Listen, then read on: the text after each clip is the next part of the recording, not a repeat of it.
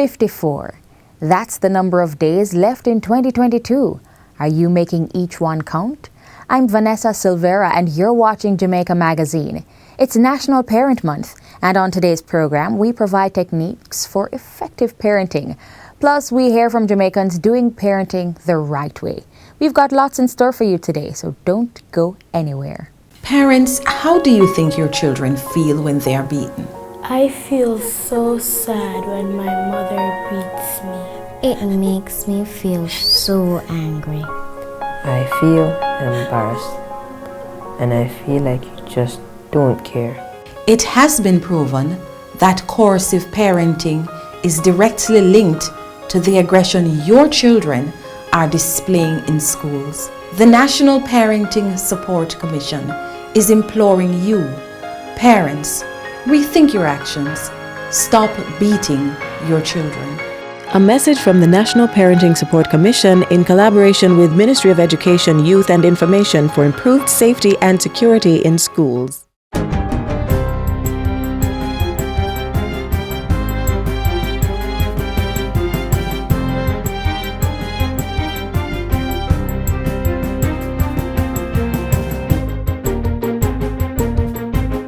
Good day, I'm Stephen McHugh, and this is your JIS News for Monday, November 7, 2022. The rebound of the tourism sector has reached a milestone of 2 million stopover arrivals as of October 2022. The sector continues to show signs of growth, and the projection for year-end is that Jamaica will welcome over 3 million stopover arrivals. Additionally, the country is expecting total earnings of over $3.7 billion for 2022. The country is expected to return to 2019 pre-pandemic levels in 2023 and remains on track to welcome 5 million visitors by 2025. Among the measures to secure those projected outturns is the recent launch of the Comeback Tourism Campaign. Well, firstly, Jamaica really is a confluence of ethnicity and cultures and so on. So a little piece of you is there, lodged somewhere, just waiting for you to assume it. So coming back to Jamaica really says, come back and touch again that little bit of you that is in Jamaica awaiting you. Patient care at the Mandeville Regional Hospital is being boosted by the acquisition of a new C-arm X-ray machine. It will benefit approximately 600,000 patients served by the orthopedic department. The $31 million machine was financed through the Culture, Health, Arts, Science and Education Chase Fund. It was handed over last week. This C-arm, an advanced medical imaging device, is essential to any modern orthopedic service. You cannot boast to be doing efficient work without this machine. All right? It increases our repertoire in terms of the number of patients that we can operate on. It increases the total numbers, and it cuts down on surgical time. A similar machine was provided earlier this year to the Bustamante Hospital for Children, and another is due to the Chapelton Hospital. The Jamaica Constabulary Force JCF says it has been making significant strides in tackling organized crime. Since the start of the year, the JCF has probed approximately 23 cases and seized nearly 13 million Jamaican dollars, roughly $120,000 and over 30,000 Canadian dollars. 3 significant forfeiture orders have also been secured, covering over 20 pieces of real estate assets valuing more than $600 million, a bank account with $19 million, and assorted motor vehicles valued in the millions. This is being done in partnership with the Financial Investigation Division, FID. The update was provided by Commissioner of Police Major General Anthony Anderson at the JCF's monthly press briefing last week. Since last year, the Jamaica Fugitive Apprehension Team has increased arrests for extradition. In 2021, there were 11 arrests and 10 extraditions, as compared with 18 arrests so far and 13 extraditions in 2022. There are currently 5 extraditions pending. Regarding Interpol engagement of other jurisdictions, there have been 78 red notices in circulation for persons wanted by the police, 350 yellow notices for missing persons who are often minors, and 55 green notices for violent influencers and gangsters. Meanwhile, investigations are ongoing with local, international, and regional partners in identifying people who are involved in the trafficking of firearms, people, and drugs. Turning to the involvement of children in crime, the police commissioner says this must be taken more seriously. He says the pandemic of violence is infecting them, and in many instances, children and adolescents are the perpetrators of crime. Data from the police reveals that between 2019 and October this year, a total of 875 children have been charged for their involvement in major crimes. These include 79 for murder, 66 for shooting, 175 for rape, and 256 for breaches of the Firearms Act. These individuals who, if we do not act collectively, are getting into an early career of violence and crime. We are bringing this to the nation's attention because as a society, we have to decide how we are going to save them. Commissioner Anderson says the police have been engaged in various early intervention strategies through the police youth clubs, the Community Safety and Security Branch, the Ministry of Education, and the Safe School program. The police chief urges others to do the same. It is important that all institutions of society be vigilant and engage in early surveillance and monitoring, whether in the home, school, or elsewhere, so that we can identify the early signs of violent tendencies before they become a law enforcement problem. And finally, a 14-day safe window is now open for the handover of illegal firearms or ammunition to the state without the fear of prosecution. The gun amnesty started on Saturday and will expire on November 19.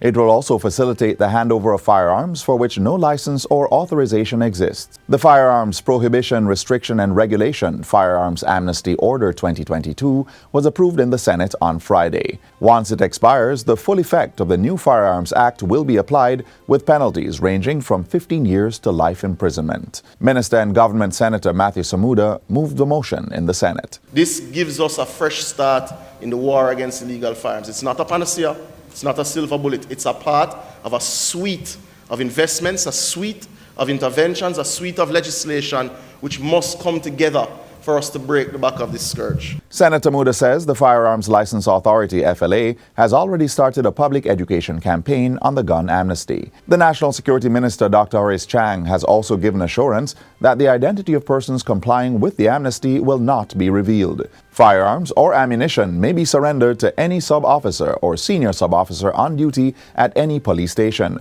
or any designated officer at any FLA location. The illegal weapons may also be surrendered to an attorney at law on behalf of an individual seeking the amnesty. The attorney should then deliver the items to the nearest police station. And that's it for JIS News Today. I'm Stephen McHugh. Thanks for watching.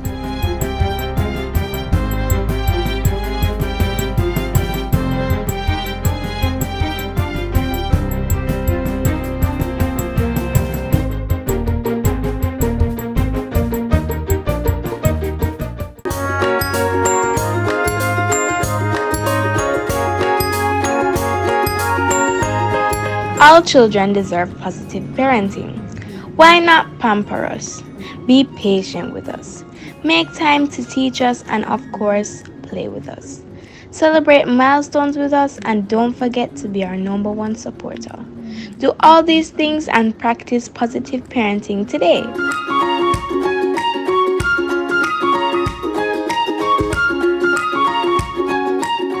Children, don't you wish they came with a manual? For years, we've been doing our best to raise children right without a blueprint or a handbook, relying on practices that may not always be sound. Thankfully, the government has been offering avenues to teach positive parenting, avenues such as the recently concluded Citizen Security and Justice Program, the CSJP. Take a look. Very good. This was not always a usual occurrence in the Nelson household. Before Sarita Nelson, a single mother of 4, participated in a parenting education program, she shared little affection with her children. Her role as a parent was limited to the provision of clothing, food, and school supplies. And when they stepped out of line, I used to curse a lot. I curse a lot. I tell them bad words. I call them names. Anything at all. I will hold in my hand, I will lick them, I don't think. The use of these harsh disciplinary measures started affecting their behavior. I have a son, Chavez, who's 16 years old. He had a maths teacher. I think it was a situation where the teacher had engaged him in a conversation before the class, and he said that the teacher was being too loud. So he back answered the teacher. So for that reason, they thought that he needed discipline. So that is how I got introduced. He went to a program with CSJP, anger management program. A team from the Citizen Security and Justice Program, CSJP, visited Sarita's home to speak about her relationship with her children. When they came here, they asked me questions, and I was blunt but truthful as to how I deal with situations. So I think that is the reason why they chose me to be a part of the CSJP intervention program, parenting program. Today we'll be talking about model parenting relationship. Children live what they learn. In order for them to grow up and to be what you want them to be, you first have to show them the example. CSJP is helping parents to build better relationships with their children through their parenting education program. We are a crime prevention, violence reduction program. And what we've recognized with the different beneficiaries, persons that we treat, is a lot of the roots of the issue starts with what we would call coercive parenting practices. And so for us, we realize that persons need to be equipped with the skills and the techniques that would allow them to parent effectively. The program, launched in November 2017, engages parents from the 50 at-risk communities targeted by the CSJP. They undergo 6 months of intensive parenting training. We start by looking at the self. And so we go through a process where the parents actually have an opportunity to reflect on their own upbringing. We build self-awareness, self-esteem, because the idea is that if we can help the parents identify issues within themselves and to treat with these, then they're better able to identify it in their children and to help their children to resolve some of these issues. When I was a child growing up, I never get any love from both parents, and grow by grandma.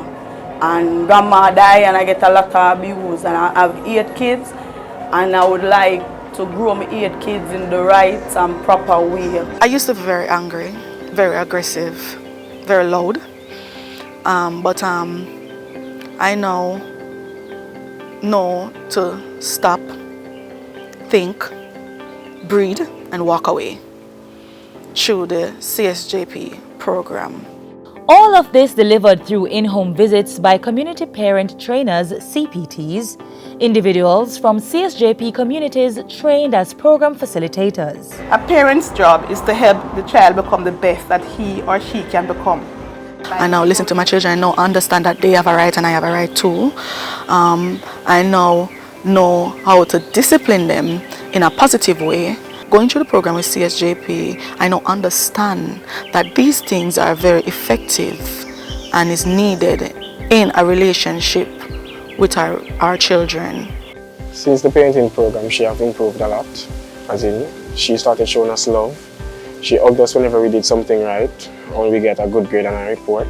She haven't used any hurtful words to us anymore. She tries her best to interact with us, and it feels great. Parenting is a difficult job, and the Citizen Security and Justice Program is ensuring that parents are equipped with the requisite information and techniques to handle the challenges. The result, children who are capable and ready to take on the world.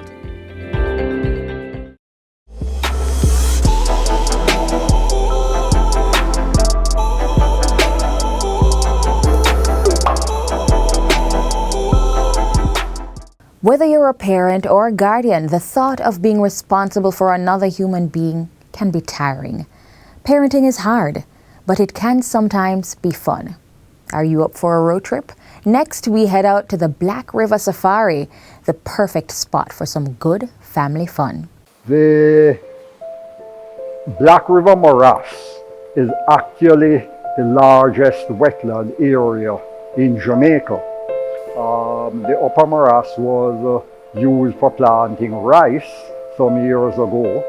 That has ceased, and as a result, we have lost that area. But the lower morass is still here, and it provides not just a safari boat tour, but shrimping, fishing, and there's a lot of bird life still in the lower morass. It has been declared a wetland of international importance, a Ramsar site.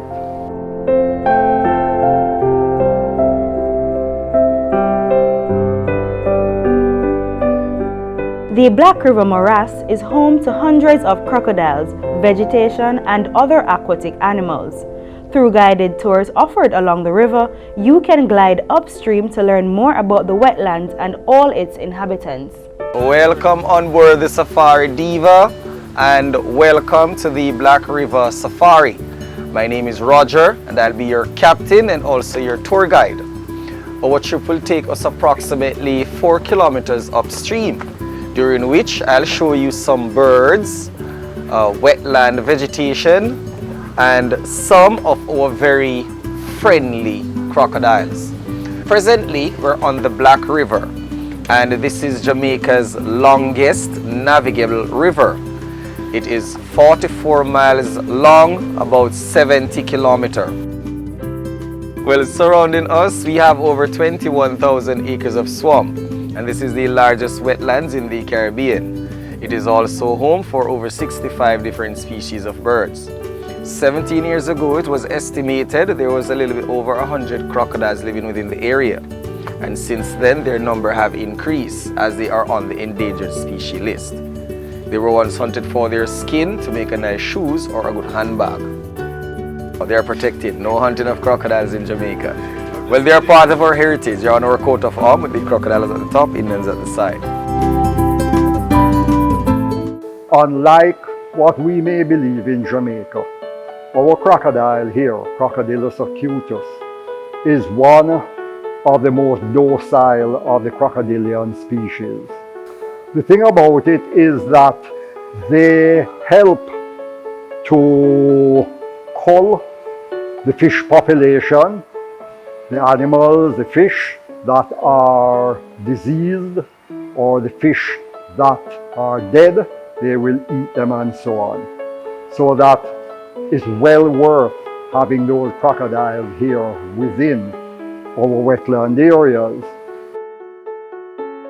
These birds you are looking at, they are called egret, commonly known as galling. The reason for the birds to nest in this location, behind us, this is our local fish market. So once those small boat comes from sea, they'll have some food to get. In the river, we can catch big fish like tarpon. Those can get up to 200 pounds. And snook, which is a very good eating fish, can get up to 50 pounds. And the African perch, mullet, snapper, several different types. It's very good for fishing. So by the shallow edge of the river, it is also the main habitat for our freshwater shrimp. This little device I have here, this is called a shrimp trap. It is made from the bamboo plant. We'll use for bait roasted coconut, oranges, or even a piece of chicken. Now once the shrimp goes in, it's difficult for them to go out. The conical shape helps to keep them in. So we'll just hold it and twist it. It opens up so we can shake them out. It's actually very simple, but it is effective. The design came from West Africa over 200 years ago, and it is still used today. The vegetation or trees, they are called mangrove, which we have two types of mangroves tree, white and red. White mangrove, small leaves, and they are brighter in color. Red mangrove have much bigger leaves and also have those aerial root that goes into the water. It takes up all the minerals and nutrients for the tree.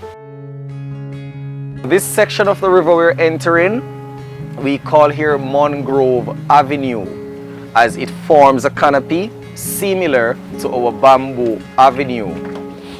These are all red mangrove trees, the ones that have the roots going into the water.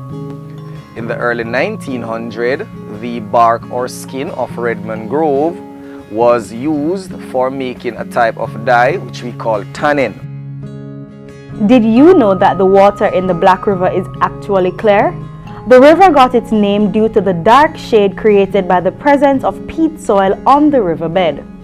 Peat soil, which is at the bed of the river, that is giving off the dark reflection. It also has its advantage and its disadvantage. The advantage, whenever time we have heavy rainfall or during hurricane, the soil, it acts as a sponge which absorbs the excess water. So we have no flooding activity within the area. However, when the water level gets too low, the peat soil, it gives off the methane gas, and with the help of sunlight it will ignite. There are many different types of wetlands. In Jamaica, the most common wetlands are coastal mangroves, morasses, lakes, and ponds. For more information on the Black River Morass and all the other wetland areas in Jamaica, visit the National Environment and Planning Agency's website at www.nepa.gov.jm.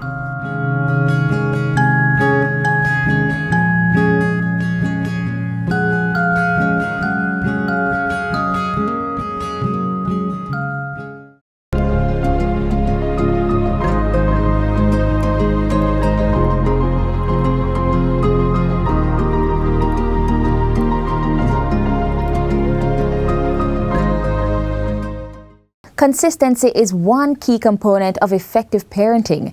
Here are some more techniques for raising tots and teens.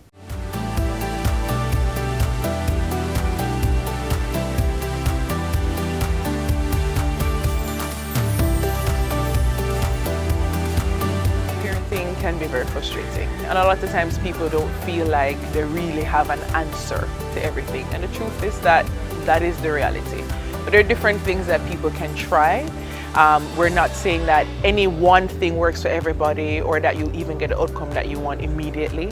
Especially when you're dealing with young children, you might have to try something several times before you see a particular result. So for example, if it is that you want a child to learn the difference between right and wrong, a lot of times in the past we use pain to teach that this is wrong, right?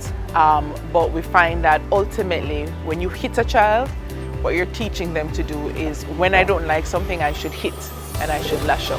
What you want to try in a situation like that, you can try removing privileges. If there are things that the child might love to do, or even the age-old timeout, you know, where you say, listen, for this period, you have to sit by yourself, there's no communication, there's no talking, sit down and be still.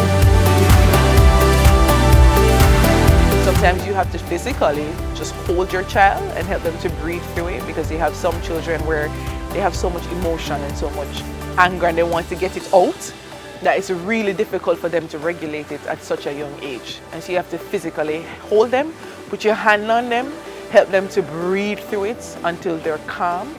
And with children, even if they don't understand necessarily the big concepts of right and wrong, they can sometimes understand tone. Right? And tone is not the same thing as lashing out and using certain words and calling them different names. Tone is being firm and saying, I do not want you on this. So for example, if a child keeps going off on something, you might have to take them off it 10 times, right? And continue to reinforce with the same tone and consistency that you do not want them on this.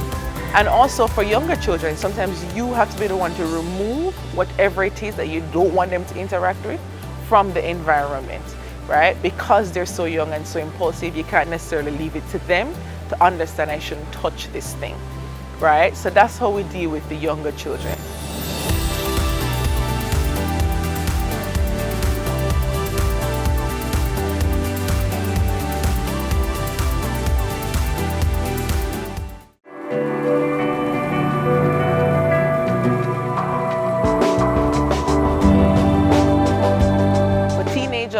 It's a little harder in some ways, and in other ways it's a little easier because they do understand the difference between right and wrong. It's clearer what are some of the things that they love, and you can remove those things. But one of the things that's really important with teenagers is really to take the time to make sure that they understand that their feelings and their opinions are valued. So in the moment, yes, I'm removing these things, but I'm also having a conversation with you about why you won't have access to these things for a particular period, right? We're explaining why this thing might be dangerous to you, whether or not you agree with it. I am the parent, right? This is where I am coming from. It really requires a conversation, because ultimately what you want to teach them to do, is to reason and to think right? You don't want to just be disciplining and you're not helping them to think through it and to use proper judgment and reasoning skills. And so those are some of the things that you can try. If the child becomes stubborn, the child is more obstinate, and the child has a fixed mindset, if you will, that this is what he or she is going to continue to do, then you might need professional help. You might need to call the commission, or you might need to call a social worker or a guidance counselor to help for you, because sometimes parents don't have the language either to even explain why this behavior is wrong. And that causes friction. Once the friction starts, then we recommend that you get a third party involved, because it could become worse.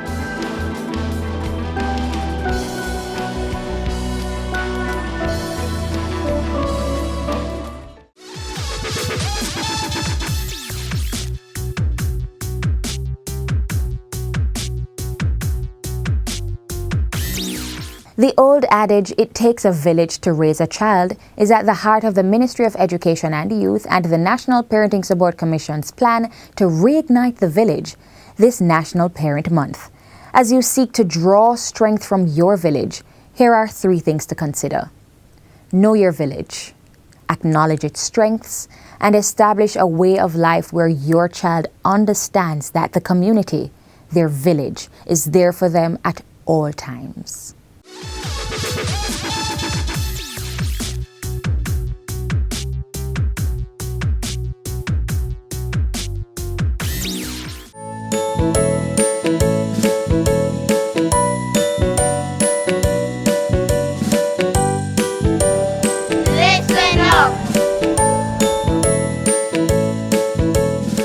Everyone has the right to freedom of expression, even our children.